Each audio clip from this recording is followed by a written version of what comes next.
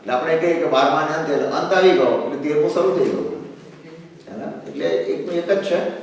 12મા ને અંતે નિશ્ચય નથી આપણે કહીએ છીએ, પણ 13માની શરૂઆતમાં જ એ કેવળી બને છે. પણ ગુણસ્થાને જે આપણે વિતરાગ કીધું ને, એ વિતરાગ શા માટે કે મોહનીય કર્મના આધારે આ બધા ગુણસ્થાનો છે. એટલે મોહનીય કર્મનો જ્યારે સંપૂર્ણ ક્ષય થઈ ગયો કે ઉપશમ થઈ ગયો એ ઘડીએ વિતરાગ કહેવાય. હવે ઉપશમ હોય ને તો જેટલા સમય પૂરતું ઉપશમ ટકી રહે એટલા સમય પાડતું વિતરાગ. કારણ કે રાગ જ નથી ને. રાગ શું કરો? રાગને દ્વેષને દબાવી, બધા મોહને દબાવી દીધો. તમે મોહને દબાવો એટલે તમે વિતરાગ થઈ જાય. મોહને દબાવ્યું પણ તમે એને ક્ષય તો નથી કર્યું. બરોબર છે. એટલે શું થાય કે જ્યાં સુધી દબાવેલું છે ને એટલા સમય પૂરતું એ વિતરાગ કહેવાય. ઉપશમ શ્રેણીમાં ક્ષપક શ્રેણીની અંદર એ ક્ષય કરે છે. ક્ષપક શ્રેણી શું કરે છે? કર્મનો ક્ષય કરે છે. એટલે કર્મનો ક્ષય થઈ ગયો એટલે તરત જ એ વિતરાગ કહેવાય. એટલે તો પછી 11માં એ કહેવાય ને વિતરાગ ના? 11 નહીં, કારણ કે 11માં સંપ્રાય પણ જતો રહે છે. 11માં ના થઈ જાય. 11 હવે શું જો 20 10 ને શું કરે છે? હા 11 આવે ને, 11મી એ કહેવાય. 11મે ઉપશાંત મોહ છે. હું એ જ કહું છું ને કે 11મે શું થયું? ઉપશાંત મોહ. એટલે મોહનો ઉપશમ કર્યો. મોહનો ઉપશમ કર્યો એટલે શું થયું? વિતરાગ. પણ એ અંતર્મુહૂર્ત. હા એ મેં કહું ને એ અંતર્મુહૂર્ત. અંતર્મુહૂર્ત માટે જ્યાં સુધી એ ફરી ઉછળે નહીં ત્યાં સુધી, પછી એ 2 મિનિટ થાય કે 48 મિનિટમાં સાહેબ ઓછું પણ થાય. પછી તો પડે છે. પછી પડે હંમેશા એક વસ્તુ ખ્યાલ રાખો. સાંભળો, એક વસ્તુ ખ્યાલ રાખો. તમને 2 દાખલા આપું. એક તો ગુરુ મુનિનું નામ સાંભળ્યું છે ને? ફેમસ સ્ટોરી છે. ગુરુ મુનિને શેની તકલીફ હતી? ખાવાનું. એટલે શું હતું? એ કયું કર્મ હતું? અંતરાય કર્મ. એમણે અંતરાય કર્મ કોઈ પૂર્વ ભાવમાં બાંધ્યું હતું. એટલે એ અંતરાય કર્મને કારણે એમને ખાવું જ પડે એવું હતું. ભૂખા રહી શકતા જ નતા. બરોબર? ક્ષુધા નામનું કર્મ બાંધ્યું, અંતરાય કર્મ. હવે અંતરાય કર્મ બાંધ્યું હોવા છતાં પણ એમણે મોહનો ક્ષય કર્યો એટલે કેવડી થઈ. અંતરાય કર્મ એ જ્યારે એમને મોહનો ક્ષય કર્યો ને એ જ્યારે કેવડી શું? વિતરાગ થયા. એ વિતરાગ થયા ને એ વખતે અંતરાય કર્મનો ઉદય હતો, પણ મોહનીય કર્મ ખતમ થયું. ખ્યાલ? એટલે ઉદય હોવા છતાં, અંતરાય કર્મનો ઉદય હોવા છતાં પણ એ વિતરાગ કહેવાય. ખ્યાલ આવ્યો? છતાં પણ એ વિતરાગ કહેવાય. આ ગુરુ મુનિનો દાખલો આપો. બીજો દાખલો મને યાદ આવ્યો તો હું ભૂલી ગયો, નામ હતું. આ પેલા માસ્તુસ મુનિ. માસ્તુસ મુનિને શું હતું? જ્ઞાન ચડતું હતું? બિલકુલ નતું ચડતું. બરાબર? એટલે ઘોર જ્ઞાનાવરણીય કર્મનો ઉદય હતો. હવે જ્ઞાનાવરણીય ઘાતી કે અઘાતી? ઘાતી. તો ઘાતી કર્મનો ઉદય હોવા છતાં પણ એમને વિતરાગતા મળી. કેમ? મોહનો ક્ષય કર્યો. એટલે કેવળી એટલે મોહનો ક્ષય થયો અને વિતરાગ થઈને કેવળી થયા અને સીધા જ એમને કેવળ જ્ઞાન થઈ ગયું. કેવળ જ્ઞાન છતાં પહેલા વિતરાગતા તો આવે ને, પણ એ વખતે શું હતું? પેલું જ્ઞાનાવરણીય કર્મનો ઉદય હતો, જ્ઞાન ચડતું જ નહોતું, છતાં પણ એ શું થયા? વિતરાગ થયા. કેમ? કે વિતરાગતાનો સંબંધ કોની સાથે છે? મોહનીય કર્મ. વિતરાગતાનો સંબંધ મોહનીય કર્મ સાથે જ છે. મોહ જ બધું કરાવે છે. કારણ કે મોહ એટલે શું થયું? તમને દારૂ પીવડાવો, મોહનો નશો. મોહને શું નામ આપ્યું છે? શરાબનું નામ આપ્યું છે ને, દારૂડિયાનું. એનું ઉપનામ શું છે? એની જે એનોલોજી આપી છે, પ્રતીક. એનું પ્રતીક શું છે? એ દારૂડિયા જેવું છે. એટલે એ જો તમને દારૂ પીવડાવી દીધો, દારૂ પીવડાવેલો માણસ એને કોઈ ભાન રહે નહીં, એ ગમે તેમ વર્તે. બરાબર? પણ એનો ક્ષય થઈ ગયો એટલે ઠેકાણે આવી ગયો. તો પણ પછી એટલે વિતરાગથી કેવળ જ્ઞાન થાય એ અંતર્મુહૂર્તમાં જ ત્યાં સુધીમાં પછી ખપાવી દે ઘાતી કર્મ. તરત જ ખપાવી દે. કારણ કે હવે એને કોઈ નડતર ન રહ્યું. કેમ ખપાવે? હવે એને મોહ નથી. મોહ નથી એટલે હવે એને જે કામ કરવાનું છે જ્ઞાનાવરણી અંતરાવરણી તો બધા તરત ખતમ થઈ જાય. અંતર મુહૂર્તમાં 5 મિનિટમાં એની 2 મિનિટમાં ખતમ થઈ જાય. એટલે સીધા એ કેવડી. આ બધા આત્માના ગુણ છે, આત્માના ગુણ ખુલી જાય છે ઢંકાયેલા હતા એટલે હા. એટલે કેવળ થઈ જાય, પ્રગટ થઈ જાય. કેવળ નથી. એ પ્રગટ થાય છે, એ લાભો નથી બાકી. એટલે જે ગુણો ઢંકાયેલા હતા એ ખુલી જાય છે. બરાબર. હવે એ કેવળ જ્ઞાન થયું એટલે પછી શું કરાય? પછી એ બધી પ્રક્રિયાઓ કરે છે. બરાબર. આપણે પછી જોઈએ. હીરાનો પ્રશ્ન હતો. એટલે વિતરાગ અને કેવડી what is the difference? હું એ જ કહું છું. વિતરાગ હોય ને એને મોહનીય સિવાયના ઘાતી કર્મનો ઉદય હોઈ શકે. હોય જ જરૂર નથી, હોઈ શકે, હોય સામાન્ય રીતે હોય છે. બરાબર. જે કેવડી થાય છે એને ઘાતી કર્મનો એક પણ ઘાતી કર્મનો ઉદય હોતો નથી. એક પણ ઘાતી કર્મનો ઉદય ન હોય. મોહ જ બધું કરાવે છે. એટલે મોહનીય કર્મને તમે ખતમ કર્યું, વિતરાગતા આવી ગઈ. આ સમજી જ લેવાનું. મોહનીય કર્મને જ્યારે કર્યું એટલા માટે એનું નામ શું આપ્યું છે? જો વિતરાગતા ક્યાં આવે છે? આ 10માનું શું નામ આપ્યું? સૂક્ષ્મ સંપ્રાય. એટલે શું? લોભ. સૂક્ષ્મ સંપ્રાય એટલે એકદમ આછો લોભ રહી ગયો છે. એ આછો લોભ રહી ગયો ને બસ ત્યાં આગળ એને ત્યાં આગળ વિતરાગતા અટકી ગઈ છે. એટલે અહીંયા આગળ એક સૂક્ષ્મ લોભ પણ ખપાવે છે કમ્પ્લીટ.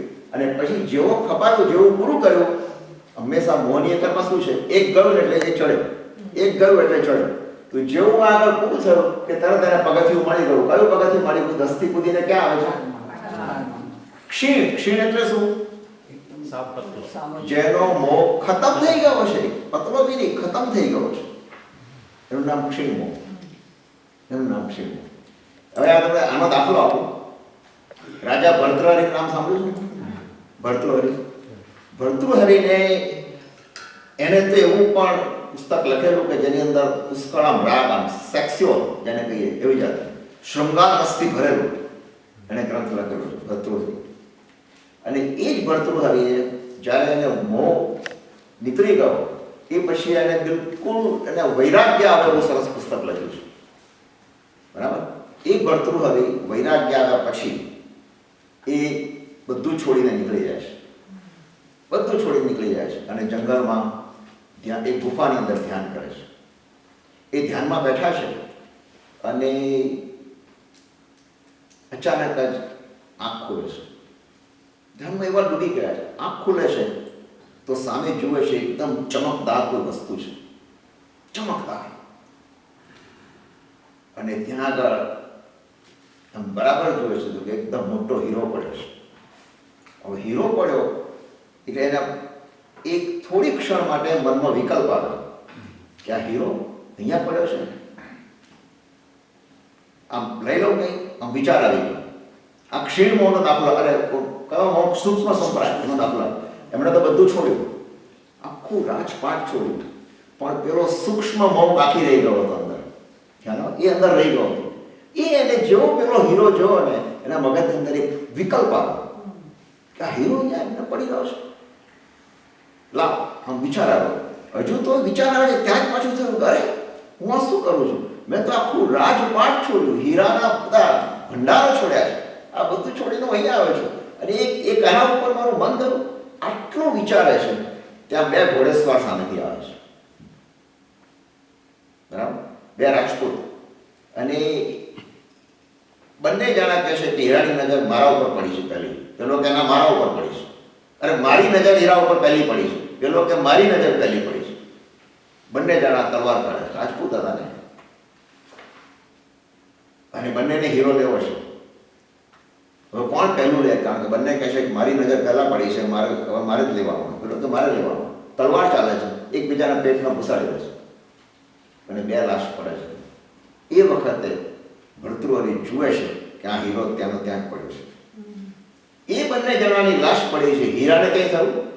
હીરાને થયું કે હું હજુ આ લોકો 2 જણા મારી પાછળ પડ્યા, પણ હજુ હું નાસી જાઉં કે ચાલી જાઉં કે આમ કરું કે તેમ કરું.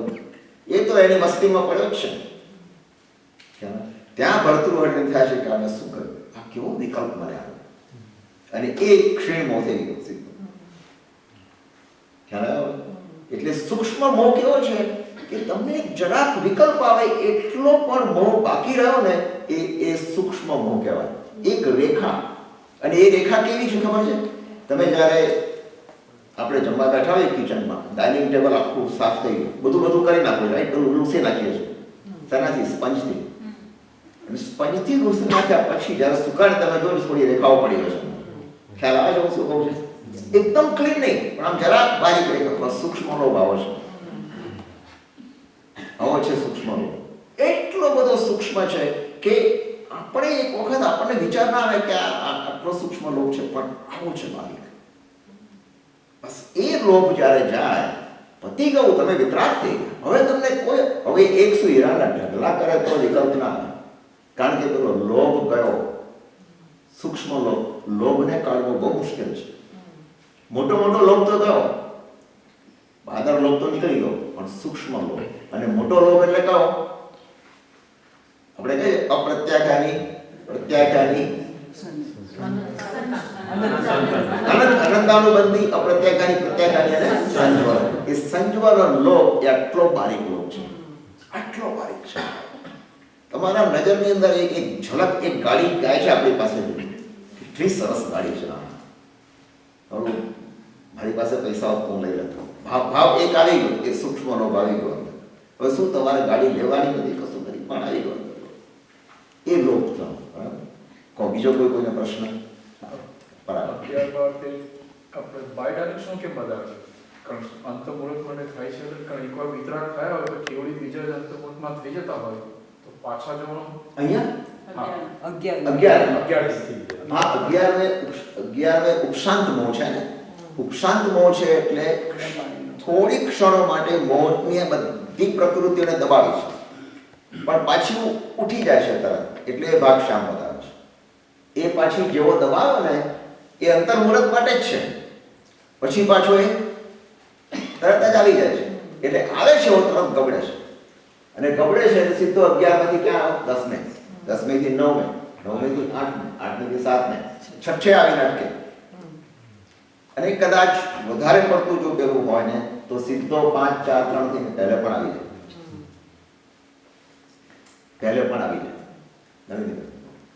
આ તો ઉપશમ શ્રેણી ક્યારે શરૂ થાય? 8 થી 8મા ગુણ. બંને શ્રેણી 8 થી શરૂ થાય. તો શપક શ્રેણી જે આપણે કહીએ એ 8 માંથી ક્યાં લીધે?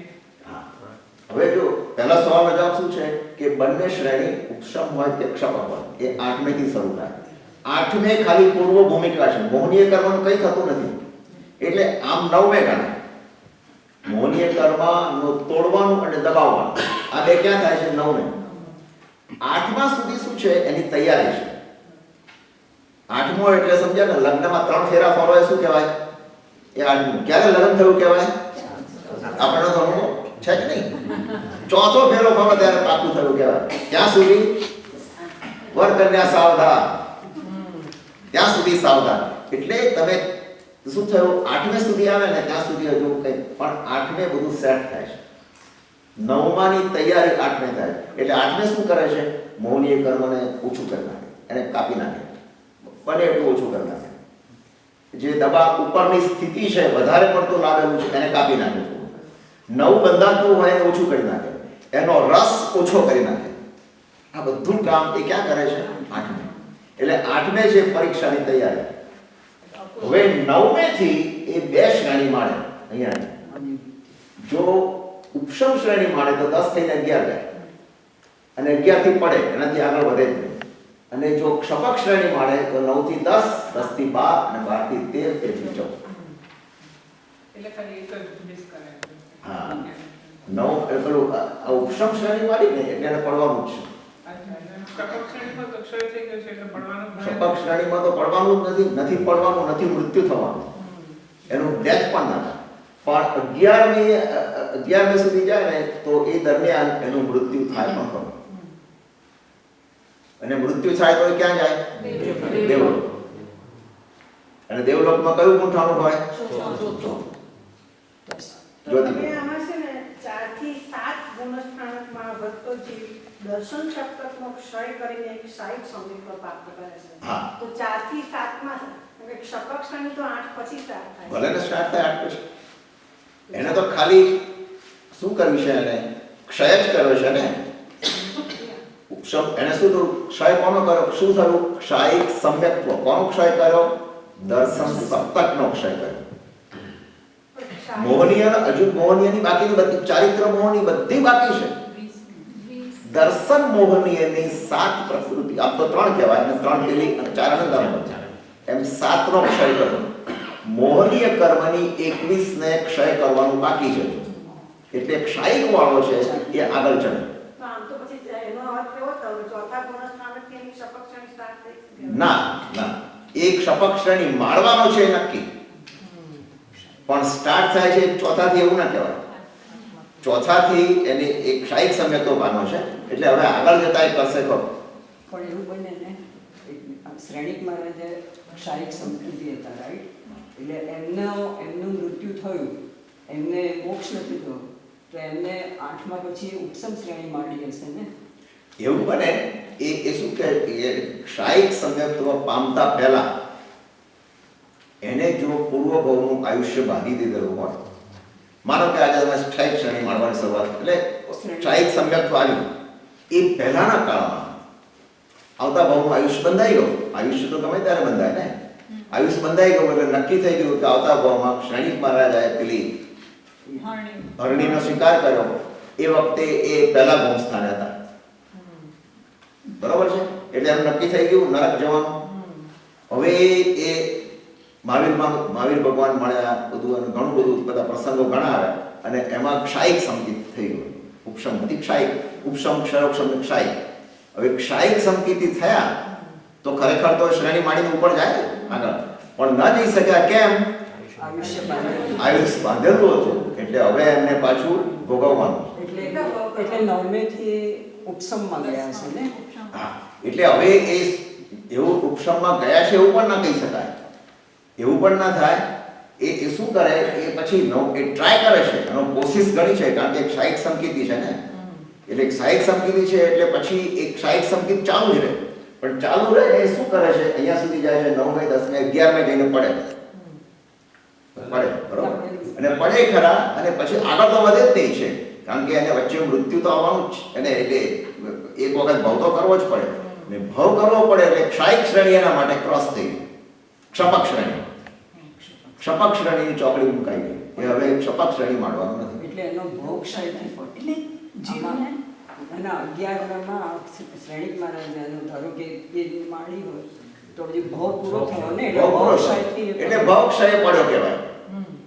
અને વચ્ચે જો આયુષ્ય પૂરું થઈ જાય, ધારો કે ઉપશમ શ્રેણીનો જીવ છે, શ્રેણિક મહારાજાને ભૂલી જાઓ, ઉપશમ શ્રેણીનો જીવ છે, બરાબર? એ ઉપશમ કરતા કરતા આગળ વધ્યો અને આગળ વધતા પહેલા મૃત્યુ થઈ ગયું, તો એ કાળ ક્ષય પડ્યો કહેવાય. ને કાળ ક્ષય પડે એટલે પછી જ્યાં આગળ જાય ત્યાં આગળ પાછું નવસંથી શરૂ થાય. એનો સમય કાળ છે. હા, કાળ ક્ષય એટલે સમય. કોઈને બીજો પ્રશ્ન હતો? વિગ્રહ ગતિમાં એટલે જીવને વધારેમાં વધારે ચોથું ગુણ સ્થાન જ રહે છે. વિગ્રહ ગતિમાં વધારેમાં વધારે નથી આગળ, નથી આગળ. વિગ્રહ ગતિ હવે આપણે આવશે બીજા અધ્યાયમાં આવશે, આગળ બીજા અધ્યાયમાં આવશે. અત્યારે આપણે 14 ગુણ સ્થાન ઉપર જ કોઈ બીજો કોઈ ક્વેશ્ચન હતો? હા, જે સૂક્ષ્મ સંપ્રાય છે એની અંદર જે સંજ્વલન, જે મોહ કે લોભ, મોહની લોભ જ, એટલે મોહનો જ પ્રકાર છે, ખાલી લોભ જ, બીજું કાંઈ નહીં. કારણ કે બીજું બધું એને આગલા ગુણ સ્થાને. હવે સૂક્ષ્મ સંપ્રાય ક્યાં આવે છે? 10 ને, તો 9મે એને 21 માંથી 20 ને ખતમ કરી નાખ્યું. 21 હતી ને બાકી, 21 કેમ? આમ તો 25 હોય. 21 કેમ? તો પેલી 4 ક્યાં ગઈ? અનંતાનુમતિની 4 દર્શન સપ્તકમાં આવી ગઈ ને, એટલે 21 રહી. 21 માંથી 20 ને તો એક ક્ષય કરી નાખ્યો. આ સૂક્ષ્મ મોહને તોડવો, વિચાર કરો કે એને કેટલું એને વીર્ય ફોડવ્યું હશે. સૂક્ષ્મ લોભને એને ભર્તૃહરિને કેવો વિચાર આવ્યો કે મેં આ એક આટલું આખું રાજપાટ છોડીને હીરા માટે આ શું છૂટી ગયો લોભ ત્યાં. પણ એક વખત વિકલ્પ આવ્યો. ખરેખર તો ના, ગુફામાં બેઠેલો માણસ રાજા હોય, એને શું જોયું, એને શું પડી ગયું. પણ એક લોભ કેમ આવ્યો કે આ હીરાનો માલિક તો હું થઈ શકું એમ છું, આજે કોઈ બીજો લઈ જાય તો કંઈક ને કંઈક વિકલ્પ આવી જાય. બીજા કોઈને તમારે ના તો હું પૂછું. હા. મહાવીર ભગવાનને આપણે જ્યારે સહયોગી કેવડી હતા ત્યારે સહયોગી કેવડી, બરોબર. 13મો અધ્યાય ત્યારે એમને શું કહેવાય તેજોદેશા આવી, હા. પણ ત્યારે તો લગભગ અસાતા વેદનીયનો કર્મનો ઉદય ન જ હોય. ના હોય. હોય જો સવાલ શું છે, સારો સવાલ છે. 13મા ગુણ સ્થાને મહાવીર ભગવાન ઉપર તેજોદશા પેલા ગોશાળાએ ફેંકી. એટલે શું થયો? અસાધા વેદનીય કર્મનો ઉદય આવ્યો, બરોબર. પણ જે વ્યક્તિ 13મા ગુણ સ્થાને છે એને કોઈ મોહ હોય? હવે કશું જ નથી. ચારે ચાર ઘાતી કર્મો ખતમ થઈ ગયા છે, બરાબર. હવે તેજોદશા ફેંકો કે ઉપરથી બોમ્બ નાખો તો ભગવાનને કોઈ અસર કરી? કઈ નહીં, કઈ નથી. પણ અશાતા વેદનીયનો ઉદય હોઈ શકે, ઉદય હોઈ શકે. નવું બાંધે નહીં પણ ઉદય હોય. ઉદય એટલે પહેલાનું બાંધેલું છે, ઉદય આવ્યું. પણ ભગવાનને નથી રાગ સમજતું. બે બીજા સાધુઓ આગળ આવ્યા અને પેલાને કીધું ગોશાળાને કે તું શું કરે છે? ભગવાન ઉપર તું અગ્નિ નાખે છે? અને પેલા બે સાધુઓ બળી ગયા, ભસ્મ થઈ ગયા. પણ પેલાને કઈ અસર નહીં, ભગવાનને કઈ અસર નહીં. આ વિતરાગ પ્રભુ કહેવાય, આનું નામ વિતરાગ. આ મૌનીય કશું જ કર્મ જ નહીં ને ત્યાં, બરોબર. ખાલી અઘાતી કર્મ હતા અને અશાતા વેદનીયનો ઉદય હોઈ શકે. આપણે હવે તો ડરી જઈએ, ગભરાઈ જઈએ. આપણે તો એક તંખો ઉડે ને તો શું થઈ જાય છે. પણ ભગવાન મારે શું કે મને કઈ અસર નથી. ભગવાન લોહીના ઝાડા થયા એટલું થઈ ગયું, 6 મહિના સુધી એ થયા, પણ ભગવાન ઉપર કઈ. એટલે તો આપણે આ 2600 વર્ષથી યાદ કરીએ છીએ ભગવાનને ને એમને સેલિબ્રેટ કરીએ. કઈ સામાન્ય વાત છે આ વસ્તુ લાવીને? બહુ કઠિન. અને તમને આજે પણ આજના કાળમાં ઓછા છે પણ જવલ્લે એવા મળે છે, વીર મળે છે. ગમે તેવું થાય તો કોઈ અસર નહીં, કોઈ જ અસર નહીં. મારા નસીબમાં હતું, ઉદયમાં આવ્યું. What can I do? ઉદયમાં આવ્યું છે, હવે હું જો એના ઉપર રાગ કરું કે દ્વેષ કરું તો મારું કર્મ ઓર બંધાવવાનું છે. હવે કોઈ મારી અસર જ નથી. અને એ જ્યારે અસર, એ માણસની મસ્તિષ્ક જુદી, એ માણસની મસ્તિષ્ક જુદી. આપણે તો એક જરાક કોઈ કે એમ સહેજ વાત કરીને વાયા વાત આવી તો આપણે તો પતી ગયું. કઈક વિકલ્પ આવી જાય મને. એ મસ્તી હોય ને એ માણસ બોલે મારે શું છે? કર્મ એના વર્ગડાના પૂતગળો છે, મનોવર્ગડાના, પછી પેલા શું કહેવાય વચનના એ પૂતગળો છે, ફેંકી દીધા. એને બોલ્યું મને શું નડે છે? એવા પણ બહુ ઓછા હોય છે. અને એવા લોકો હોય ને એ લોકોને તો બીજાની ઉપર થતી વેદનાની અસર એમને થાય. સ્વામી રામકૃષ્ણ છે ને બોટમાં જતા હતા અને જ્યાં એક જંગલ હતું ત્યાં આગળ કિનારો આવવા માંડ્યો, ત્યાં એમણે એકદમ ચીસો પાડવા માંડ્યો, મને મારો નહીં, મને મારો નહીં, મને મારો નહીં. એટલે પેલા આજુબાજુ બધા બોટમેન ને બધા બેઠા હતા કે ગુરુદેવ કોણ તમને મારે છે? કોઈ મારતું નથી. એટલે કે ના, મને સખત માર પડ્યો છે. આશ્ચર્ય થઈ ગયું. ને એમણે શર્ટ ઊંચું કર્યું તો પાછળ પેલા ચાબુકના સોળ પડેલા હતા. વિચાર કરો, હકીકતમાં શું હતું કે જ્યાં આગળ કિનારો આવે ત્યાં જંગલમાં કોઈ ગામડિયાને એક માણસ મારતો હતો, ચાબુક સખત મારતો, હંટરથી. અને એનો જે વેદના હતી એ સ્વામીજી નથી બોલો. કેટલી એની જોડે એની ચેતના, એની કેટલી બધી એની સાથે જોડાઈ હશે, કેવી જોડાઈ હશે. એટલે આપણને આ બધું આમ લાગે કે આવું તો કંઈ બનતું છે, એ મારે ખાય છે ને મને દુઃખ થાય, પણ તમને મને ના થાય, પણ જે સ્વામીજીને થયું. એવું સુખનું પણ એવું છે, સુખનું પણ એવું છે. બીજો કોઈ સવાલ? કેવલી સમુદ્ઘાત થાય ત્યાર પછી યોગ નિરોધ જે કેવલી કરે એ 13મા ગુણ સ્થાનકમાં થાય. 13મા ગુણ સ્થાનકના છેલ્લે અંતર્મુહૂર્તમાં કરે. કહેવાય તો 13મું ગુણ સ્થાનક. 13મું ગુણ સ્થાન જ. 13મા ગુણ સ્થાનનું અંતર્મુહૂર્ત કાળ બાકી હોય ત્યારે 3 કામ કરે છે, બરોબર? 3 કામ કરે. 13મા ગુણ સ્થાને અંતર્મુહૂર્તનું કામ બાકી રહ્યું. એટલે હવે શું છે, અંતર્મુહૂર્ત પછી તો 14મે આવશે અને એમનો દેહ ત્યાગ કરી દેશે, આત્મા જતો રહેશે, બરોબર. પણ એટલા સમયે 3 કામ શું કરે છે? એક તો કેવલી સમુદ્ગાર કરે. કેવલી સમુદ્ગાર તો ખ્યાલ આવ્યો ને? યોગ નિરોધ. આયુષ્ય એટલે બાકીના આયુષ્યથી ઉપર જે 3 કર્મો છે એની સ્થિતિ લાંબી હોય તો એને આયુષ્ય જેટલી કરી નાખે, એ કેવલી સમુદ્ગાર, બરોબર. પછી શું કરે બીજું કામ? યોગ નિરોધ. યોગ નિરોધ કરે. યોગ નિરોધ એટલે પહેલા બાદર યોગ. બાદર યોગ એટલે બાદર મન યોગ. એટલે હવે કોઈ પ્રશ્નો પૂછે અને જવાબ ના આપે. હવે એને જવાબ ના આપે. બાદર મન યોગ, બાદર વચન યોગ, બોલવાનું પણ બંધ. અને બાદર કાય યોગ, હવે એમને હલનચલન પણ, હવે ક્યાંય વિહાર તો કરવાનો સવાલ જ ઊભો નથી થતો, કારણ કે 48 મિનિટ જ બાકી રહી છે નિર્વાણ પામવા, એટલે ક્યાંય કશું નહીં. પછી શું કરે? સૂક્ષ્મ મન યોગ, વચન યોગ, કાય યોગ. સૂક્ષ્મ મનથી એટલે હવે તો મનમાં કોઈ વિકલ્પ આવે જ નહીં, કશું જ નહીં. બોલવાનું તો કોઈ પેલું તો હોડ બી પકડવાના નહીં, આમ કોઈને ઈશારો નહીં કરવાનો કે હવે મારા મોઢામાં ગંગા જળ નાખ કે આમ કર કે તેમ કર કે નવકાર સંભળાવ, કશું જ નહીં, કઈ હોય જ નહીં, બંધ. અને સૂક્ષ્મ કાય યોગ એટલે આમથી આમ પણ ના થાય, સહેજ પણ હલન બધું જ જાણે સ્તંભી ગયું હોય એવો. અને એ કાળ તો બહુ સૂક્ષ્મ છે. અને એ પછી એ સીધા આત્માને ઘનીભૂત કરે અને પછી ક્યાં જાય? 14મા ગુણ. એટલે 5 રસ્વ સ્વરની અંદર તો પતી ગયું. ઘનીભૂત કર્યા પછી શૈલેષીકરણ. એ શૈલેષીકરણ એટલે બધું સ્થિર થઈ જવાનું. શૈલેષીકરણ એટલે શું? મેરુ પર્વતની જેમ સ્થિર થઈ જાય body, as if it's a dead body પડ્યું હોય એવું લાગે. પણ તેમ જ લાગે કે ગયા, પણ એટલો સમય બાકી રહ્યો છે, આનો બહુ સૂક્ષ્મ. અને કયા ગુણ, હું તમને પૂછું, તમારો પ્રશ્ન ન હોય તો કયા ગુણ સ્થાને સૌથી ઓછામાં ઓછો કાળ હોય છે? 14મા ગુણ સ્થાને. That is true. અને આમ જોવા જાવ ને તો 14મા ગુણ સ્થાને પણ કહેવાય અને બીજા ગુણ સ્થાને. બીજું ગુણ સ્થાન કયું છે ખબર છે? શાશ્વત. એનો ઓછામાં ઓછો કાળ એક સમય વધુમાં વધુ 6 આવલિકા. એટલે ખરેખર તો આ ગુણ સ્થાને, કારણ કે એ તો જો ટચ થઈને તમે લપસણી પરથી પડ્યા છો કોઈ વખત?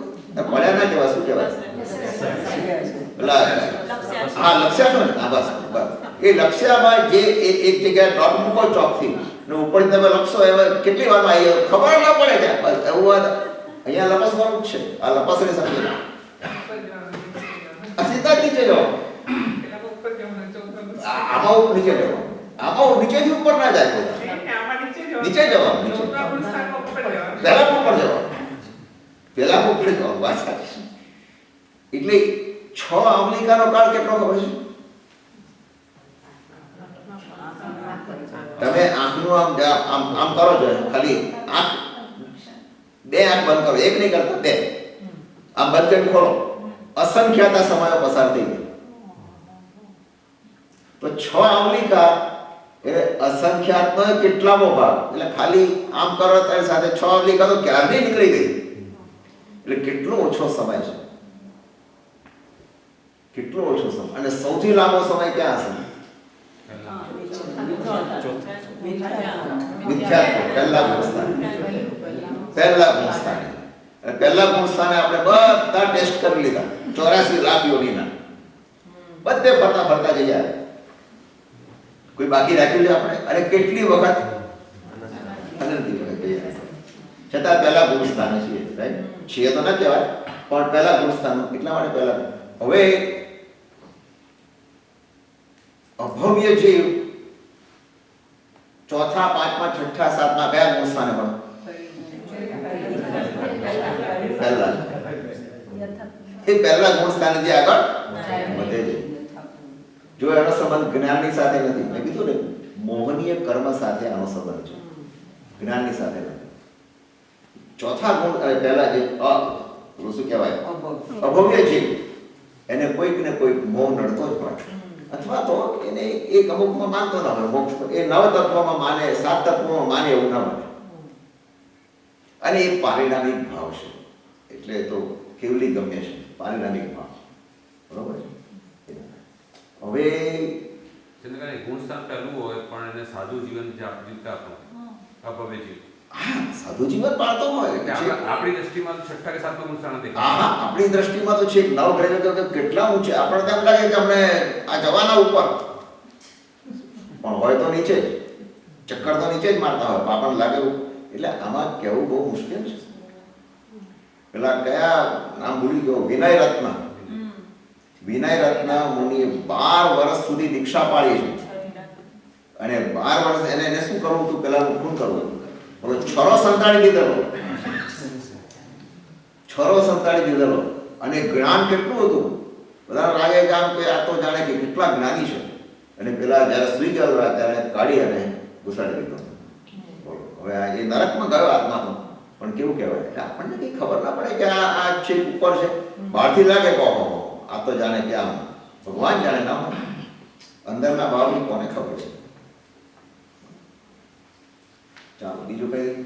1 થી 7 ગુણક સ્થાનકથી ઉપર ક્ષવપસંથી ઉપર ચડે કે ઉપશમથી ચડે? 1 થી 7 ગુણ સ્થાનો. હા, ચોથા ગુણ સ્થાનથી ઉપર ચડે હા. તો કેવી રીતે ચડે? ચોથે થી 5મે આવે. હા, એટલે ક્ષવપસંથી આવે કે ઉપશમથી આવે? એ શરૂઆતમાં આવે ક્ષવક્ષમથી. હવે એ ઉપશમ હોય પણ ખરો, ના હોય એવું નથી. જનરલી એ 4 થી 7માં ક્ષયક્ષમ ભાવ જ હોય છે, ક્ષયક્ષમ સમ્યક્ત્વ જ હોય છે, સમ્યક્ત્વ, હા, ક્ષયક્ષમ સમ્યક્ત્વ, બરાબર. 4, 5, 6, 7 પછી અને 7માં પછી ક્ષયક્ષમ નથી રહેતું, પછી ખાલી ઉપસમ સમ્યક્ત્વ હોય અથવા ક્ષાયિક સમ્યક્ત્વ. 4 થી 7માં ક્ષયક્ષમ હોય, અને 4 થી 7માં આ કાળની અંદર લગભગ બધા કેવા હોય છે, 4 થી 7, અને એમાં સાધુ જીવનના પણ 6 થી 7માં, એથી વિશેષ નહીં. એના પછી આગળ જવું એટલે તો કપરું કામ છે, એમાં તો એટલું બધું વીર્ય ફરવું પડે, આમ ભાવ એવા હોય અંદર, અપ્રમત્ત ભાવ આવે. હું તમને પૂછું, અપ્રમત્ત ભાવ અને પ્રમાદ એવામાં ફેર ક્યાં? શું ફેર? અપ્રમત્ત, માનો કે એક સાધુ ભગવાન છે, આપણે કહીએ કે છઠ્ઠા ગુણ સ્થાને છે, બરાબર. હવે એ જ 7મા ગુણ સ્થાને પણ જવાના છે, તો એ બંનેમાં ફેર શું? હવે પ્રમાદ છે ને પ્રમાદ નથી, એમાં પણ શું તમે એનો પ્રેક્ટિકલ એક્ઝામ્પલ કંઈ કહી શકો? તો પ્રમાદ છે ને પ્રમાદ નથી. થોડી વાર પછી કરે ને પેલા થોડી વાર ના પહેલા કરે. એટલે પ્રમાદનો અર્થ અહીંયા માત્ર આળસ નથી, પ્રમાદનો અર્થ અહીંયા આગળ વિકથા કરવી, એટલે કોઈની વાતોચીતો કરવી, નિંદા કરવી, એ બધું ગયું. રાઈટ. પછી નિદ્રા. હવે નિદ્રામાં શું છે, જો આ ખાસ નિદ્રાનું ખાસ સમજવા જેવું છે. નિદ્રા કેવી હોય, પેલું કૂતરાની જેવી નિદ્રા હોય ને, એવી નિદ્રા. એ ઊંઘે છે પણ જાણે સતત જાગરણ હોય. અને જે 7મે હોય, માનો કે સવારના છઠ્ઠે છે, બપોરના છઠ્ઠે, સૂઈ ગયા ત્યારે છઠ્ઠે છે, અને પછી છઠ્ઠે એમને સ્વાધ્યાય કરતા એમના ભાવ બહુ ઊંચા થઈ ગયા, અને એમને થયું કે ક્યાંક કોઈ જીવની હિંસા થઈ જાય તો રાતના સૂતી વખતે પડખું ફેરવે ને તો જાગી જાય, પેલું બરાબર પરિલેહન કરે, ઓગાથી પાછા સૂઈ જાય એટલે ઊંઘી જાય પાછા. જ્યારે પડખું ફેરવે ત્યારે જાગૃત થઈ જાય, અને બાજુમાં સાધુ વગેરે સૂતા હોય તો પોતાના શરીરનું જે ઉપરના વસ્ત્ર છે એને પણ ઠેકાણે કરે, જેથી કરીને કોઈ એવું અવિનય ન થઈ જાય, ગુપ્ત વાત દેખાય. આ બધું બહુ કાળજી રાખે. આ જે જાગૃતિ છે એ જ અપ્રમત્ત ભાવ છે, એ અપ્રમત્ત ભાવ. અને પ્રમાદ હોય એ પછી કે હોતી હે ચલતી હે, એ બધું ચાલે કે હવે આજે જરા થાક બહુ લાગ્યો છે, હવે જરા 5 કલાક પછી ઉઠું છું, ગુરુદેવ જરા રાતનો ઉજાગરો છે, પણ આમાં તો કશું જ નહીં, રાત દિન ઊભા થઈ જાય. હા, એમાં તો પ્રમાદમાં તો બધું એવું. અમે જયારે ઉદ્ધાર કરતા હતા, અરવિંદભાઈને ખબર છે, થાળી વગાડે ને, થાળી 4 વાગે થાળી વગાડે. હવે જો ઉઠાડવા માટે થાળી વગાડવી પડે, 2 નહીં, થાળી એવા થાળી ડક્કા વગાડે તો કાનના પાછા મૂકી દે, જયારે સાંભળ્યું નથી એમ. અને ઊભા થતા થતા તો 15-20 મિનિટ થઈ જાય. આ બધો પ્રમાદ છે, પ્રમાદ. એટલે તો આલોચના આવે ને. હા, એટલે ગુરુ ભગવાન હોય ને એ તો તરત જ ચપળતાની જેમ સીધા આવી જાય, ઊભા રહે કે ચલો તૈયાર થઈ જાઓ, સમાજનો ટાઈમ થઈ ગયો, આમ કરો, તે કરો, પરિગ્રહણ કરો, આ કરો, તે બધું બધી વિધિ ચાલુ થઈ જાય. બરાબર. હવે કોઈ પ્રશ્ન? ભગવાનને આપણે વિતરાગ જ કેમ કહીએ છીએ, કેવડી કેમ નથી કહેતા? ભગવાનને વિતરાગ અને કેવડી બે કહીએ છીએ. સામાન્ય રીતે આપણે વિતરાગ જ શબ્દ વાપરતા હોય ભગવાન. હા, એટલે વિતરાગ પરમાત્મા છે. વિતરાગ એટલે મોહને કારણે કે ભગવાનને મોહ, એટલે વિતરાગ શબ્દથી સતત આપણને લાગે કે આ પ્રભુને ક્યાંય મોહ રહ્યો નથી કોઈ ચીજનો. મૂળ એ શબ્દ વિતરાગ એટલા માટે છે કે આપણે પણ એ રાગ જે સહિત થવાનું છે એટલા માટે આપણે યાદ કરાવે છે કે એ ભાવ રાખ સતત. એટલે વિતરાગ એટલે રાગને છોડવાનો. રાગ જેનો વીતેલો છે તે. અને રાગનો પાર્ટનર કોણ છે? દ્વેષ. રાગ અને દ્વેષ એક સિક્કાની બે બાજુ છે. રાગને ઉલટાવો તો દ્વેષ થઈ જાય. એટલે વિતરાગ છે એટલે વિત દ્વેષ આવી ગયો. સુખ અને દુઃખની પેલે પાર જવું એનું નામ. તમે જુઓ, એક સિક્કાની બે બાજુ છે. સુખ છે તો પાછળ દુઃખનું છે, પણ અત્યારે સુખનો બાજુ ઉપર દેખાય છે, દુઃખ નીચે દેખાય છે. પણ ક્યારેક પાછો સિક્કો ઉલટાઈ જાય. સુખ ને દુઃખની પાર ગયેલા હોય પરમાત્મા, જેનું નામ આનંદ છે, ત્યાં એમને આનંદ છે, પરમાનંદ. હવે બધા ઓલરેડી હા, રિવ્યુ ક્વેશ્ચન નહીં જોવાનું રહી ગયા. ચાલો ચાલો રિવ્યુ બધા લાવ્યા તો રિવ્યુ ક્વેશ્ચન જોઈ લીધા. પહેલો સવાલ કોણ વાંચશે? પહેલો હા, જ્યોતિબેન બોલો. 13મા ગુણસ્થાનકનું નામ અયોગી કેવડી છે. ધ્રુવ. 13મા ગુણસ્થાનકનું નામ સયોગી કેવડી. 14મે યોગ નથી, અયોગી થઈ જાય. 13મે તો હા, 13મે સહયોગી કહેવાય.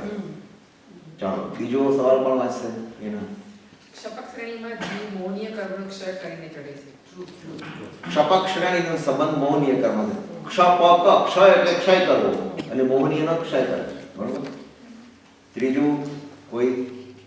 હા બોલો. સર્વવૃત્તિ ગુણસ્થાન પ્રમાદ હોય છે. ટ્રુ. સર્વવૃત્તિ એટલે છઠ્ઠું. છઠ્ઠે ગુણ સ્થાને પ્રમાદ હોય છે.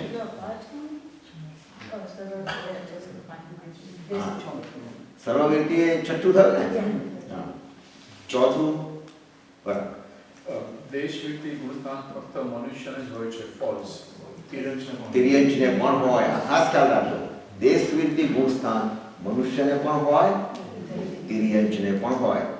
હાથીના ભાવમાં એને પણ પ્રત્યાખ્યાન લીધેલું, પછાણ કરેલું કે હું નકાશી કરીને જ લઈશ. આજે પણ અમુક ડોગ્સ પણ એવા છે, કૂતરા પણ એવા છે અમુક જગ્યાએ. એ નહીં લે, તમે ના લો ને તો એ નહીં લે. એને જાણે પછાણ ના હોય એમ તમે ગમે તેટલું કરો તો નહીં લે. પણ આ બધા અપવાદ રૂપે ન હોઈ શકે.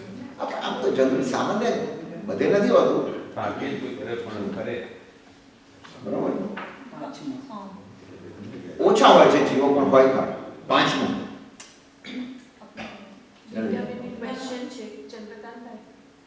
આજે થર્ડ ઉપર આપણે સર્વવૃત્તિ ગુણસ્થાને પ્રમાદ હોય જ લખ્યું છે, રાઈટ? હા. સાતમા એ તો ના હોય ને. દેશવૃત્તિ ગુણ કયું છે? ચોથું. ત્રીજું સર્વવૃત્તિ ગુણ પ્રમાદ હોય જ. તો એ સાતમે ના હોય. સાતમું તો અપ્રમાદ છે નહીં, આઈ નો. પણ આપણે તમે ખાલી સર્વવૃત્તિ લખ્યું છે ક્વેશ્ચનમાં. હા. તો એ ફોલ્સ ના આવે કારણ કે સાતમે સર્વવૃત્તિ જ છે પણ અપ્રમાદ છે. પણ અપ્રમાદ એટલે એનું નામ ગુણ થાણાનું નામ એટલા માટે બે જુદા પડે. સર્વવૃત્તિ એ પ્રમત્ત વાળું સમજી જ દેવાનું. એ સમજી જ દેવાનું. અને સાતમું છે અપ્રમત્ત. ત્યાં આપણે સર્વવૃત્તિ કહેતા નથી. નામ પાડવા પડશે ને બધું. ભાઈ નામ એવું પાડી દીધું. બરાબર. ચાલો પાંચમું. હા બોલો. સાસ્વાદન ગુણસ્થાન ચડતા અને પડતા આવે. It is false. કારણ કે ખાલી પડતા જ આવે. પડતા જ આવે. હમણાં જ આપણે જોયું પડતા જ આવે. બરાબર. છઠ્ઠું બોલો. ક્ષાયક સમિકત્વ અંતર્મૂળતા ટકે છે, ફોલ્સ. ક્ષાયિક સમ્યક્ત્વ કેટલો ટાઈમ ટકે? અનંત કાળ સુધી ટકે. ક્ષાયિક એટલે ગયું જ. મોહ અને સમ્યક્ત્વ પેલું 10 શું કીધું એને સાથે સાથ ને ખતમ કરી દે. સમ્યક્ત્વ છે એટલે આ તો કયો મોહ છે? બે પ્રકાર. દર્શન મોહ એ કયો? સાતમું. પ્રમોદાનું બોલો. ચોથા ગુણ સ્થાને રહેલા જીવને ઉપસમ ક્ષયોપસમ કે સાહિત્યમાંથી કોઈ પણ સમ્યક્ત હોઈ શકે. True.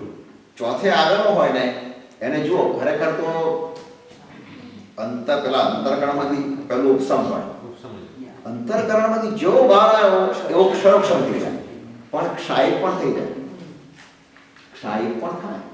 એને એને એની જેવી એની અંદરની ભાવમાં એવો ઉછાળ આવી દીધો કે સીધો ક્ષાયિક થઈ ગયો. પણ હવે શું છે પેલા ચારિત્રમાં એકે હજુ પડ્યું નથી એટલે ચોથે હોય શકે. ચોથેથી આગળ નથી વધ્યું કારણ કે પ્રત્યાખાની છે હજુ. બરોબર. આઠમું. હા બોલો રાજુ. દેશવ્યુક્તિ ગુણ સ્થાને રહેલો જીવ શ્રાવકના 12 અણુવ્રત પાળે જ. ટ્રુ.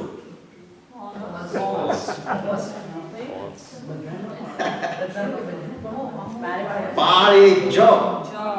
પાળે જનો અર્થ શું થયો કે 12 ગુણવ્રત પાળે છે. એવો નિયમ નથી. અરે એક અણુવ્રત લે ને એક અણુવ્રત તો પણ આંશિક દેશવૃત્તિ કહેવાય. તમે એક નવકાશીનું પચખાણ કરો ને હા તો ખરેખર દ્રવ્યથી દેશવૃત્તિ ગુંઠાણ કહેવાય. કારણ કે છોડે થોડું ઘણું વ્રત તો લીધું છે ને પછી તમે અવારનવાર આ પાંચમ દસમ ને બધું કરે પાંચમ આઠમ 11 એ બધી તમે એકાસના કરતા હો ઉપવાસ કરતા હો તો મધ્યમ કહેવાય દેશવૃત્તિ. અને 12 વ્રત લીધા હોય તો ઉત્કૃષ્ટ દેશવૃત્તિ કહેવાય. કે હવે તો એમ થાય કે આ કદાચ આગળ વધીને દીક્ષા પણ લઈ લેશે. જનરલી નથી લેતા પણ કહેવાય કે લઈ પણ લે. કહેવાય નહીં કે આ 12 અનુવ્રત તો કયા છે? ઓહો 12 વ્રતની ભાઈ આખી સ્ટોરી જુદી છે. એટલે 5 પેલા અનુવ્રત થયા પછી સામાયિક વ્રત પૌષદ વ્રત અતિથિ સંવિભાગ વ્રત એ બધા વ્રતો દેશાવકાશી વ્રત એ આનો આપણે જુદો વિષય છે લઈશું આપણે પછી. હવે 9મું બોલો.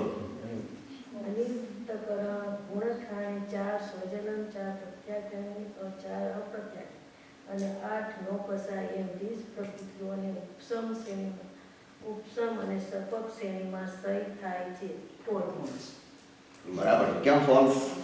9 નોકસા વાત સાચી.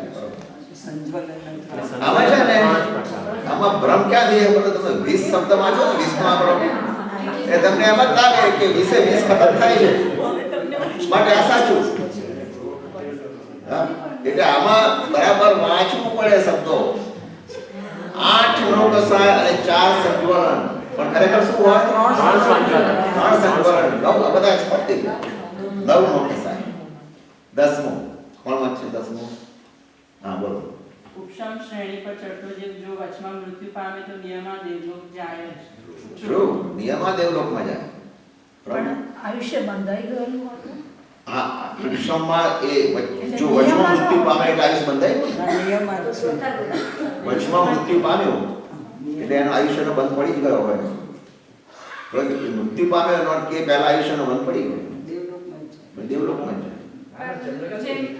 એમ કહે છે કે નરકનું આયુષ્ય પહેલા બંધાઈ ગયું હોય ને મૃત્યુ ઉપસમ શ્રેણીમાં એટલે જાય જ એમ જાય જ ન ના ઉપશમ શ્રેણીમાં ચડતો જીવ એટલે જીવ ચડતો હોય ઉપશમ શ્રેણીની અંદર એ ચડ્યા પછી જો મૃત્યુ પામે નિયમા દેવલોકમાં એને દેવલોકનું જ આયુષ્ય દેવલોકનું જ આયુષ્ય માને.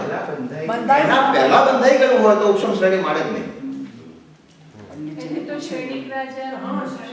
શ્રેણિક રાજા એક ક્ષપક શ્રેણી હતી. ઉપશમ નથી ક્ષપક શ્રેણી. એક ક્ષપક શ્રેણી હતી. છતાં હું ક્લેરિટી માટે પંડિતજીને પૂછી લઈશ પણ 99% એ નથી. I'll clarify this. Okay. પણ એ જ્યારે ઉપશમ શ્રેણી ચડતા મૃત્યુના ભાવ એટલા ચડેલા છે ચડતા ભાવ છે એ પહેલા એને જ આયુષ્ય બાંધ્યું હોય ને તો એનું નક્કી જ હોય બીજે જવાનું રાઈટ પછી એ ઉપશમ શ્રેણી નથી માનતો. પછી એ 6 થી 7 આવતા ફિનિશ થઈ ગયું.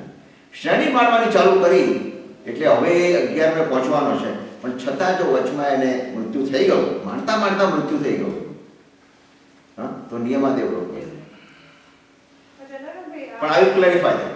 આજે શ્રેણિક મહારાજનું ક્ષાયિક સંયુક્ત પ્રાપ્ત થયું હોય તો 4 ઘાતી કર્મનો ક્ષય થાય ત્યારે જ ક્ષાયિક સંયુક્ત ના, ક્ષાયિક સમ્યક્ત્વ તમે એ બે ભેગા નહીં કરો. ક્ષાયિક સમ્યક્ત્વ એટલે ખાલી દર્શન મોહનીય છે. ચારિત્રની 21 બાકી છે હજુ તો. ચારિત્રની 21 જોડે કાંઈ સંબંધ નથી ક્ષાયિક સમ્યક્ત્વ. ખ્યાલ આવે?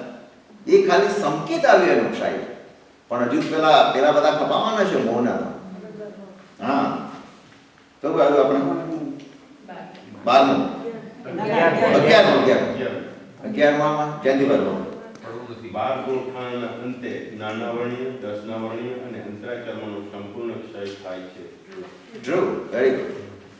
12માના અંતે, કારણ કે મોહ ગયો ને એટલે હવે તો એને તરત જ એક જ ઝાટકો વાગ્યો એટલે જ્ઞાનાવરણી, દર્શનાવરણી, અંતરાય ગયું. મોહ હતો ત્યાં સુધી એને બધું નડતું. 12મું એના તો 11માં ગુંઠાણે આવેલો જીવ અંતર્મોહમાંથી વિતરાગી કહેવાય છે. જો 11માં ગુંઠાણે આવેલો જીવ અંતર્મોહ માટે વિતરાગી કહેવાય. 13મું ચંદ્રકાંતભાઈ, હા કીધું 12માં આગળના સવાલનો હા. ગુણ સ્થાને આવેલા અંતરાય કર્મનો પણ સંપૂર્ણ ક્ષય થાય છે, પણ મહાવીર ભગવાનને તો અંતરાય કર્મનો ક્ષય નહોતો થયો. ત્રીજો વિષય જ્યારે ફેંકાઈ સાતા ગયા વેદની એ વેદનીય કર્મ. 13મું એમને તમે બોલો. અભવ્ય જીવ પહેલા ગુણ સ્થાનેથી આગળ ન વધી શકે. અભવ્ય જીવને ગમે તેટલું જ્ઞાન હોય પણ પહેલા ગુણ સ્થાનેથી આગળ વધતું નથી. 14મું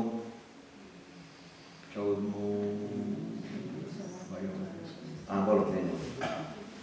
કેવડી સમુદ્ગાત થયા પછી ચારે અઘાતી કર્મની સ્થિતિ સમાન થઈ જાય છે. ટ્રુ.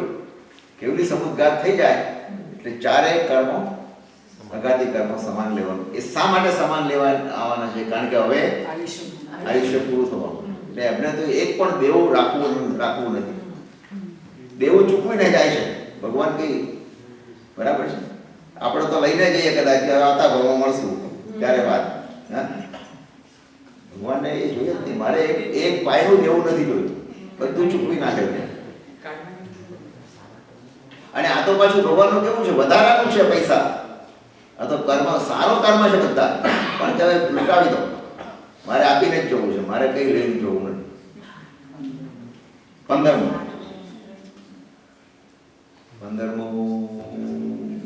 હા એના કેવડીને અશાતા વેદનીય કર્મનો ઉદય હોઈ શકે. હમણાં જ વાત કરી. કેવડીને અશાતા વેદનીય, કેવડી એટલું શું થયું? અશાતા વેદનીય એનું કઈ હોઈ શકે, બંધાય નહીં. અશાતા બંધાય નહીં, એ વાત સાચી. નવું કરવા બંધાય નહીં, પણ પહેલાનું તો હોય. 17મું જય શ્રી કૃષ્ણ. ગુણ સ્થાને થતી ચડતર પુણ્ય કર્મના લીધે થાય છે. ટ્રુ. સાપ સીડી જેવું છે આ તો, કહ્યું ઉપર ચડે છે અને પડે છે પાછું. 18મું બ્રહ્મનારાયણ બોલો.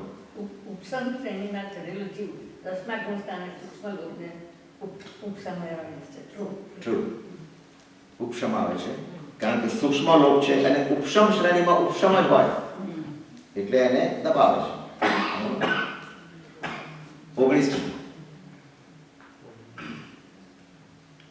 19મું દિનેશભાઈ તમે બોલવાનું, બોલો.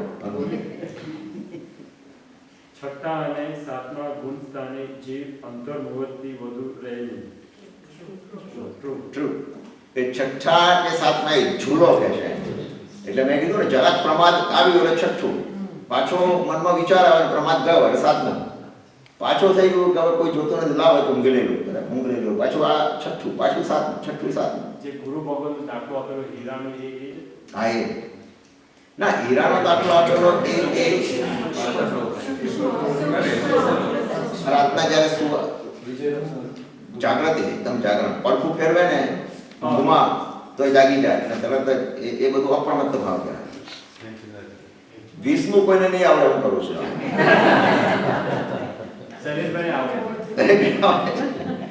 ગ્રંથિ ભેદ કરવો એટલે પડેલી ગાંઠને ઓપરેશનથી કાઢી નાખવી. ચાલો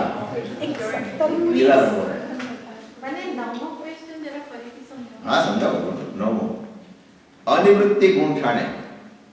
હવે અનિવૃત્તિ એટલે કયું થયું? 9મો ગુંઠાણું. બરાબર છે. આ 9મો આવ્યો ને અહીંયા 8મે એની બધી તૈયારી કરી લીધી એને બધું ઓછું ઓછું કરી દે એટલે અહીંયા આવે ને એટલે પહેલું કામ એ કરે 9 નો કશાયને કાઢવાનું. અહીંયા 8 લખ્યા છે 9 નો કશાયને કાઢે. બરોબર. પછી શું કાઢે? 4 ના 3 સંકલ્પ પછી 4 અપ્રત્યાખ્યાને પછી 4 પ્રત્યાખ્યાને છેલ્લે હવે 3 બાકી રહે. એ બાકી રહે 3 ને પછી ખતમ કરવા માટે. બરોબર. અને ખાલી સંજ્વલન લોપ બાકી રહ્યો એ પછી આગળ નાખવું. બરોબર. ચાલો હવે બધા રેડી? હા બોલો. સાંભળો સાંભળો સાંભળો. ગુજરાતના ગુણસ્થાનોમાં એક ભાવમાં કેટલા થઈ શકે? Just trying to clarify. કારણ કે અમુક એક ભાવની અંદર તમે 4 5 6 7 કરી શકો, જ્યારે એકની અંદર તમે અનંત. હા હા હવે જો એટલે એ કેન યુ શો ધેટ હવે આમાં શું છે? હા મિથ્યાત્વ ગુંઠાણું એવું છે કે જ્યાં આગળ અનંતા ભાવ થાય. સૂક્ષ્મ નિબોધથી માંડીને ચારે ગતિના દેવો જીવો મિથ્યાત્વ ગુંઠાણે હોઈ શકે. બરોબર. પછી બીજું ત્રીજું ચોથું ગુંઠાણું એ આગળ વધતા આવે એટલે એક વખત હા એક ભાવમાં જ આવે. એક જ ભાવમાં આવે. પછી બધા એક ભાવના. 5મો એક ભાવનું એ જ ભાવનું. છઠ્ઠું અને પાંચમામાં આપણે આવી ગયા. તો આપણે એ ભાવમાંથી છઠ્ઠે જઈએ એવો નિયમ નથી. અને આપણે તો નથી ગયા. દીક્ષા લીધી છે આપણે નથી લીધી એટલે આપણો 5મે જ પૂરું થઈ જાય કામ. એટલે એ ભાવ બદલાય. 5માનો ભાવ બદલાય. બદલાઈ શકે જ એવું નિયમ નથી પણ બદલાય. છઠ્ઠે 7મે તો ફરાજ કરે છે પણ છઠ્ઠે 7મે પણ બદલાય. શું છે? કરોડો વર્ષ સુધી પણ રહે પણ છતાં બદલાયા કરતું. છઠ્ઠા 7મા કરોડ વર્ષ એટલા માટે કહું છું કે એ સમયના કાળની વાત કરું છું. ભગવાન આદેશ્વર દાદાના વખતની વાત કરું. અત્યારના કાળમાં તો હવે 50 વર્ષ 60 વર્ષ બહુ. દીક્ષા કાળ કેટલો? જેટલો ગણો એટલો. 60 70 80 90 વર્ષ બહુ હતો. બરાબર. અને ઓછામાં ઓછો અંતર્મુહૂર્ત. હા એ રીતે પછી 8મે શ્રેણી માળે એટલે 48 મિનિટમાં તો કેવળ જ્ઞાન. પછી તો એને ભાવનો સવાલ જ નથી આવતો સિવાય કે પહેલા બાંધી દીધેલું હોય તો કદાચ પડે. 8થી તો ગાડી એટલે શ્રેણી કીધી. આપણે શ્રેણી એટલે શું? નિસરણી. આપણે નિસરણી ઉપર ચડવું તો ક્યારે પણ આપણે ઉભા રહીએ છીએ ખરા સિવાય કે થાક લાગ્યો હોય તો. પણ આમાં તો થાકતો જ નથી. 8મી ની સીધી શ્રેણી ચડી દીધી સીધી એમ. તો ઉતાવળીઓ હોય ને 11 વાગીને પડે પાછું. ઉતાવળીઓ હોય એ 11મે જાય એટલે દબાવતા ચડે. એને એમ કે હું જલ્દી લાડવો કર્યો દબાવીને ચડે પણ 11મે જઈને પછી શું કર્યો? સીધો પડે. પછી બીજો ભાવ. હા પછી બીજો ભાવ કરવો પડે. પણ એક ભાવમાં 2 વાર ઉપશમ શ્રેણી મળે. 2 થી વધારે ક્યારેય નહીં મળે. કારણ કે પછી એની તાકાત ખતમ થઈ ગઈ. આખા સંસાર ચક્રમાં 4 વખત મળે. બધું 4 વખત. બરાબર. અને ક્ષપક શ્રેણી જો આયુષ્ય ન બાંધ્યું તો ક્ષપક શ્રેણી કેટલી વાર મળે? એક જ ભાવમાં સીધો જ ઉપર. એ બહુ સંભાળીને ચડે છે. બરાબર જુએ છે. કોઈ આક્રમણ થતું નથી ને ક્યાંયથી મોહનું. એ કપાવતો ઉપર ચડે છે. પેલો જરા ઉતાવળ્યો છે ઉપસમમાં પણ શ્રેણી તો છે. 2 જણા પગેથી તો ચડે છે. હવે બધાને કોન્સેપ્ટ હું ધારું છું ક્લિયર થઈ ગયો છે લગભગ. એક સવાલ. યોગ કયા એમાં? યોગ એટલે 12ને મૌન્ય તો જતું રહ્યું. હા પછી યોગ. હા યોગ છે ને. યોગ તો છે 13મા મૂળધાના અંત સુધી યોગ છે. નહીં પણ એ કયા કર્મમાં આવે? આ કયા કર્મમાં? મન યોગ, વચન યોગ અને કાય યોગ.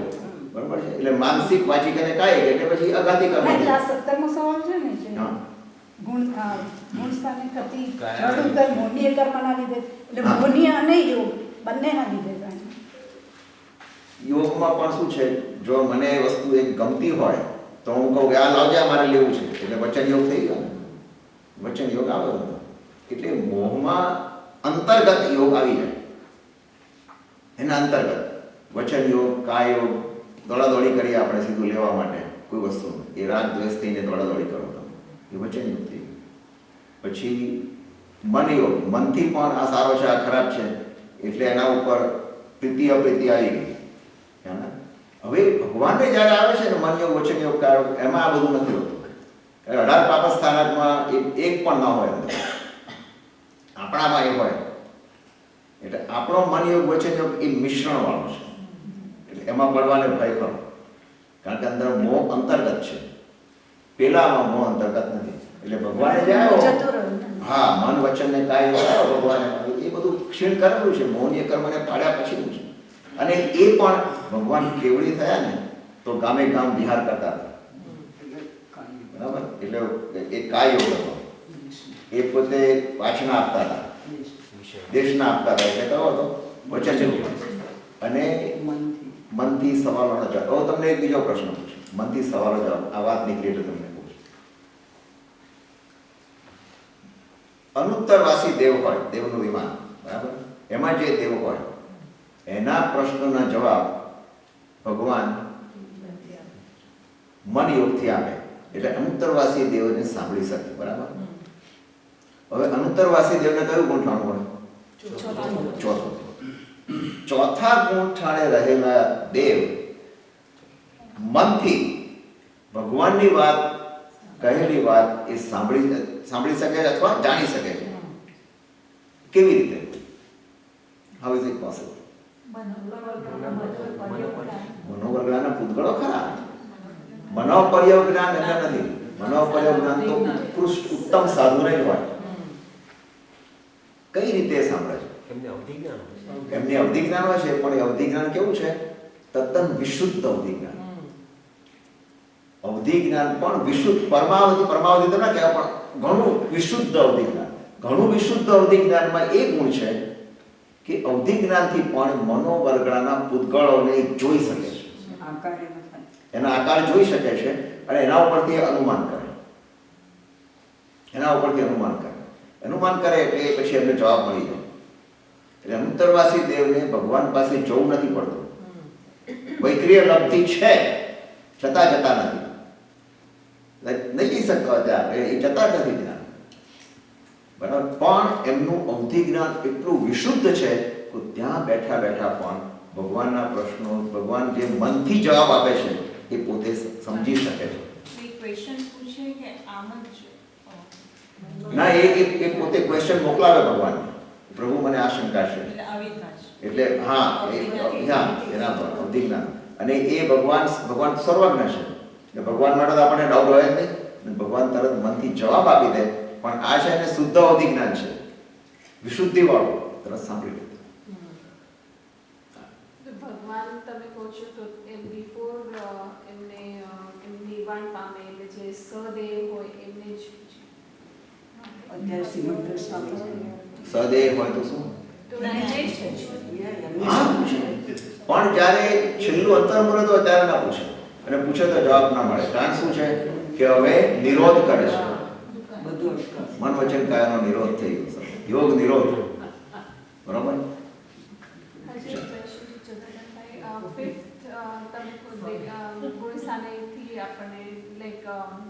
મૃત્યુ પામીને બીજો ભાવ કરે તો જ્યારે જન્મે ત્યારે એમને પછી છઠ્ઠા ગુણ સ્થાને જ હોય કે પાંચમા? હા, એ ક્યારે કયા ગુણ સ્થાને મૃત્યુ પામે? પાંચમા. હા, પાંચમા ગુણ સ્થાને મૃત્યુ પામે તો ફરી પાછા મિથ્યાત્વમાં આવી શકે, જન્મ્યા પછી હોય. ઘણા લોકો એવા હોય છે, હોય કે સાઈક સબ્જેક્ટ શું થયું? વાંચતા નથી આવતું? એટલે નિયમ નથી, કોઈ એવો નિયમ નથી. હોય જે આમાં શું છે, જો એવો નિયમ નથી. આમાં તમારા એ વખતના ભાવ કેવા છે, આગળના કર્મ કેવા છે. સાઈક સબ્જેક્ટ હોય તો ચોથા ગુણ સ્થાને કે જન્મે. આ ચોથા તો સવાલ જ નથી ને.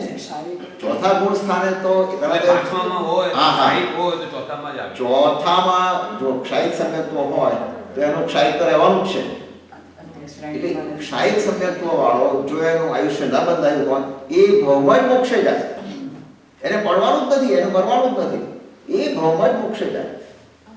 હા એટલે તો કહું છું ક્ષાયિક બાંધી લો.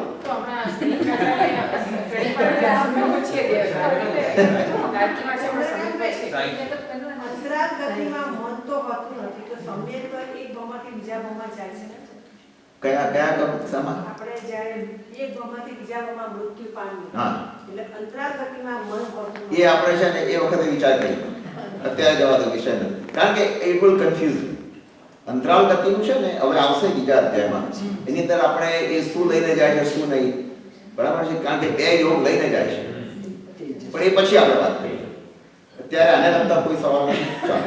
પાંચમા વ્યવસ્થાને હોય ઉપસમ શ્રેણી વાળો જીવન હોય, ઉપસમ સમ્યક વાળો હોય, પાંચમા ગુણનું મૃત્યુ થાય તો ચોથું લઈને જાય. પાંચમું ગુણ સ્થાને મૃત્યુ થયું ધારો કે એમ કહે છે પાંચમા ગુણ સ્થાને મૃત્યુ થાય.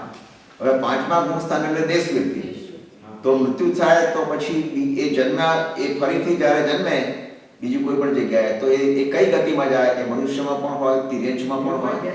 હા ના, પણ એવો નિયમ નથી. પાંચમા ગુણસ્થાને હોય પણ દીક્ષાનો ભાવ હોય હા. તો બીજા ભાવે છઠ્ઠામાં જઈ શકે.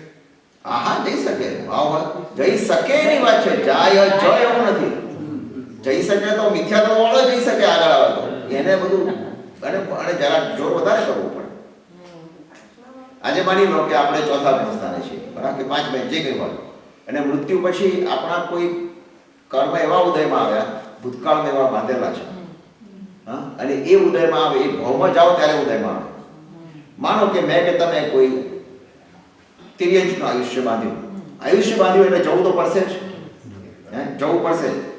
કોઈ પક્ષીના ભાવમાં ગયા, પક્ષીનો ભાવ તો કરવો પડે ને. હવે ત્યાં તમે ક્યાં દેશ વિદ્યા લાવવાના છો? નથી. પણ હવે જે સારા કર્મો છે ને એ વખતે ઉદયમાં ના આવે, પાછા પક્ષીમાંથી તમે કોઈ બીજા ભાવમાં જાઓ, પાછા ઉદયમાં આવે. ઘણી વખત શું છે, કર્મો સારા બાંધેલા કઈ ગતિમાં જાઓ છો એને અનુસાર ઉદયમાં આવતા હોય છે. એ વખતે આવે, એ પક્ષીને કોઈ સારું પાડે, એને બધું ખાવાનું આપે તે આપે બધું કરે, પણ એને દેશવૃત્તિના તો તિર્યંશ છે એટલે કુદરત આમ નિયમ એવો છે સામાન્ય તિર્યંશ છે એટલે આવી શકે પણ ખરા, પણ એ બધા મોસ્ટલી પંચેન્દ્રિય પ્રાણીઓ અને એ લોકોને માટે વાત છે.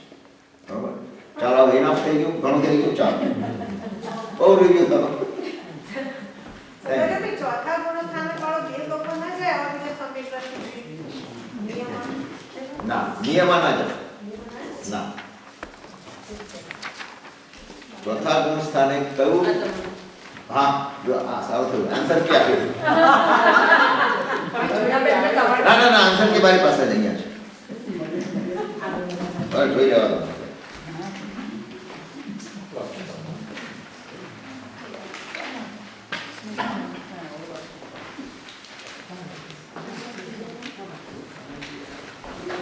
નહીં ને સમય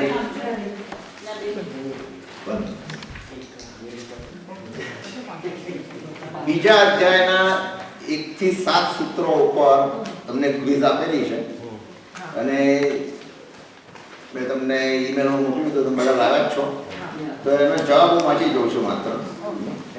તો પહેલો સવાલ છે, માત્ર કષાયોના કારણે આત્મા કર્મ બંધ કરે છે. માત્ર કષાયોના કારણે આત્મા કર્મ બંધ કરે છે. શું છે એનો જવાબ? સાચું કે ખોટું? ફોલ્સ. કેમ?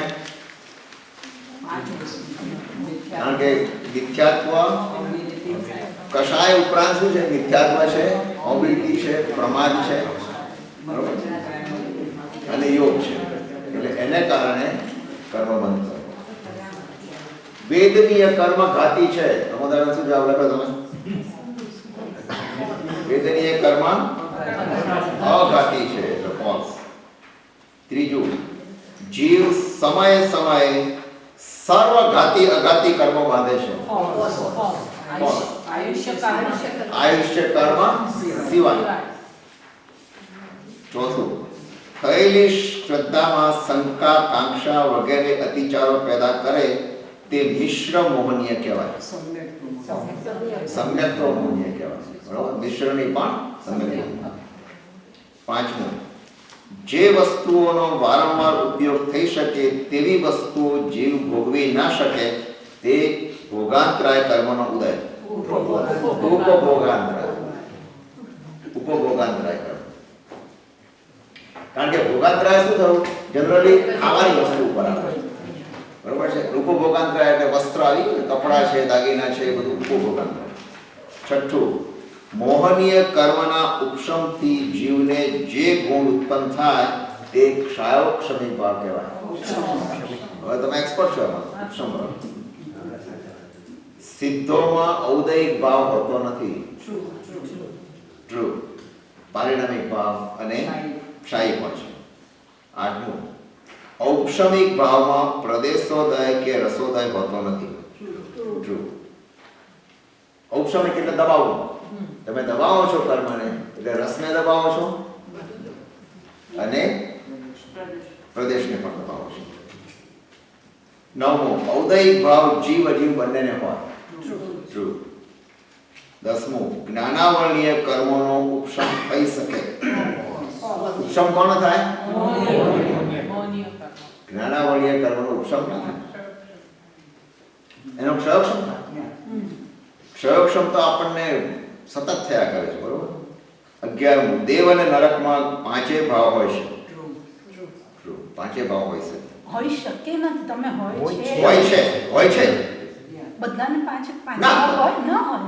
બધાને પાંચ ભાવ ના હોય છે. પણ હવે એ હોય છે એટલે જનરલી તમે લખ્યું છે હોય છે, હોઈ શકે. તમે એમ માનતા હો તો then you are right. Then you are right. બરોબર. પાંચ ભાવ હોય છે. ના બરોબર છે. બરોબર છે.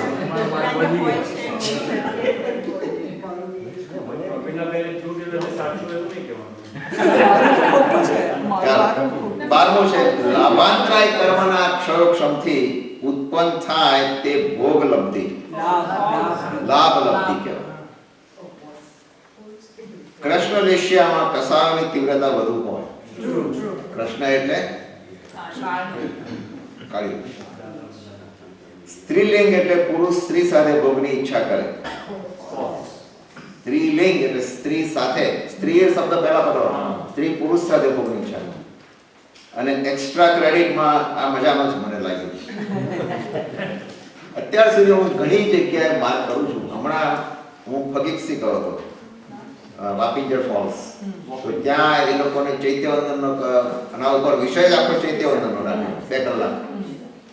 એ લોકોએ પહેલા ચૈત્યવંદન કર્યું ત્યારે હું જાવંતી ચૈયાઈ આવ્યો ને, અને જાવંતી બધા હાથ નીચે હતા. જાવંતી ચૈયાઈ અને જાવંત કેવી સાબુ, આ બંને વખતે મુક્તા શુક્તિ મુદ્રામાં હાથ જોઈએ. કારણ શું? ખરેખર મુક્તા શુક્તિ આપણે જય વિરાયમાં કરીએ છીએ, રાઈટ? બધા કરે જય વિરાય. જય વિરાયમાં પોલાણ છે અને એમાં આપણે માગીએ છીએ કે તમે પ્રભુ તમે હે જય વિરાય જગુગુરુ, જય વીરાય એટલે વિતરાગ પરમાત્મા, એ વિતરાગ પ્રભુ તમારો જય હો અને તમે અમને આટલું આપો, આટલું આપો. પણ એ માંગતા પહેલા આપણે આ બે જગ્યાએ માંગીએ છીએ. જાવંતી ચૈયાઈમાં બધાને કહીએ છીએ કે હું આ માંગવાનો છું, અને જાવંત કેવી સારોમાં બધા સાધુ ભગવંતોની જાણે રજા નહીં લેતા હોઈએ એમ કે મારે આ માંગણી કરવી છે. પછી આપણને હિંમત આવે છે કે હવે હું માંગુ. મેં બધા ચૈત્યોને કહી દીધું, જાવંતી ચૈયાઈ કહી, અને બધા સાધુ ભગવંતોને કહી દીધું, હવે કરો. કોઈ કરતું નથી. જાવંતી છે આમાં કોઈ કરતું નથી. બધા જે જંગીચીમાં પણ જંગી છે મને બધા જવામાં નમુથોણમ પછી બધા જમા. નમુથોણમ પછી કપાળ સુધી જઈને આમ છેક ઉપર ને ઘણા તો પાછા આમ કરી નાખે. પછી પડી જાય પાછું. આપણે યાર આપવાનું છે સાચવી બહેનોને નથી, ભાઈઓને પણ આટલું ઉપર નહીં, બહેનોને નથી કરતા. ચાલે બરાબર છે, બરાબર, યુ આર રાઈટ. બહેનોને નથી કરવાનું હતું, પણ છતાંય આમ હાથ રાખે તો વાંધો નથી. મૂળ તો શું છે એ લજ્જાના કારણે, બરોબર. આજ્ઞા ચક્ર પાસે આપણે રાખીએ. તો બીજો કોઈ પ્રશ્ન છે? પ્રશ્ન હતો ને છેલ્લે કયો? હા એ છેલ્લો ચૈત્યવંદનમાં જાવંતી ચૈયાણી, જાવંત કેવી સાહુ અને જય વીરાય સૂત્ર બોલતી વખતે મુક્તાસુક્તિ મુદ્રા કરવાની હોય છે. આ ખાસ મુક્તાસુક્તિ મુદ્રાનો ખાસ એ કરવાની હોય. ચૈત્યવંદનમાં તો તમે જુઓ ભાવ છે ને ધીમે ધીમે ક્લિયર કરો છો. પહેલા તમે શું કરો ચૈત્યવંદનમાં? પહેલા શું કરીએ છીએ આપણે? હિરિયાવહી કરી એટલે આપણે માનીએ છીએ કે બધું મેં પ્રાયશ્ચિત કરી નાખ્યું. નથી કર્યું પ્રાયશ્ચિત. કારણ શું છે કે એનાથી જે પ્રાયશ્ચિત રહી ગયો એ તસ્સ ઉત્તરી બોલીને પાછું ક્લિયર કરે છે. હિરિયાવહી એટલે કપડા ઘેર ધોવાના, તસ્સ ઉત્તરી એટલે લોન્ડ્રોમેટમાં આપવાના. હા, પ્રોફેશનલ. કારણ શું છે કે તસ્સ ઉત્તરીમાં ડાઘ ધોતા થોડો ડાઘ રહી ગયો હોય તો તસ્સ ઉત્તરીમાં, હિરિયાવહીમાં રહી ગયો હોય તો તસ્સ ઉત્તરીમાં વોશ આઉટ થઈ જાય. તસ્સ ઉત્તરીકરણ પાય છિત્તકર્ણનમ વિસલ્લીકરણમ વિસોહી અને પછી કૌશલ કરીએ છીએ. એટલે કૌશલમાં તો બિલકુલ થતું કમ્પ્લીટ લોન્ડ્રી થઈ ગઈ તમારી એટલે તમારા દોષો. એ પછી તમે ખૂબ ભાવમાં નમુત્થણમ બોલો છો. હવે તમે પવિત્ર થઈ ગયા નમુત્થણમ બોલીને અને બધું કાઢી નાખ્યું. હવે તમે કહો છો કે મારે આ માગવું છે. જાવંતી ચૈયાણી કરી પછી જાવંત કેવી સાવ સાધુ ભગવંતોની જાણે તમે રજા લેતા હોય એટલે વંદન કરો છો અને પછી તમે વિતરાગ પાસે માંગો છો મારે આટલું જોઈએ. અને એ પહેલી બે ગાથા સુધી જ આ ભાવમાં ઘણા તો છેક સુધી રાખે છે આ ભાવમાં. ત્યારે હજુ કદાચ આવશે તો લઈ લો, પણ ખાલી બે ગાથા સુધી રાખવાનું છે, પછી નથી રાખવાનું. ના, સંપૂર્ણ નહીં, બે ગાથા. કારણ કે બે ગાથા ગણધરોએ બનાવેલી છે અને ગણધરો આપણા જેવા લોભિયા નથી. આપણે તો પછી વાણિયા પાકા ને પછી અમારે તો દુઃખ કહો ને કમક કહો ને સમાધિ મરણ ને બોધિ લાભ ને બધું આપી દો. તમે બતાવી લો તો એટલે થાય છે. આપણે બધું જ માંગી લઈએ.